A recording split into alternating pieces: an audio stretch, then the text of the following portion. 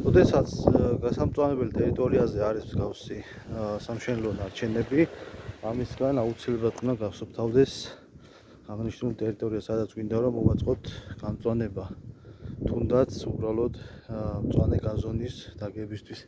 ამ ტერიტორიაზე აქ მიწა უნდა შემოვიტანოთ დაახლოებით 40 კუბი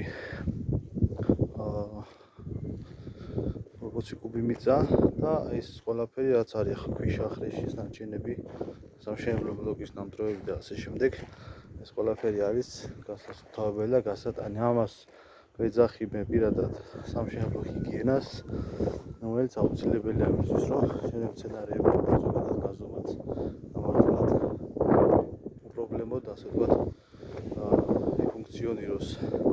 არის ხოლმე შემთხვევები, ნიადაგის ნაზავის რაოდენობის დაზოგვის გამო ესეთ ნარჩენები დამოავსებენ ხოლმე ტერიტორიას, იმისთვის რომ შეამცირონ ხარჯი, რაც არის არასწორი. შემდეგ ხდება ესე რომ ხეები იწყებს ხმობას, გაზონი ვერ არის ისეთი როგორც უნდა იყოს, ასე ჯობია ის რაღაცა ზედმეტი ხარჯი გამიღოთ და გავაკეთოთ ისე როგორც საჭირო, ვიდრე გავაკეთოთ ისე ხარვეზებით, ფინანსები მაინც დაიხარჯოს და შედეგი ვერ მივიღოთ.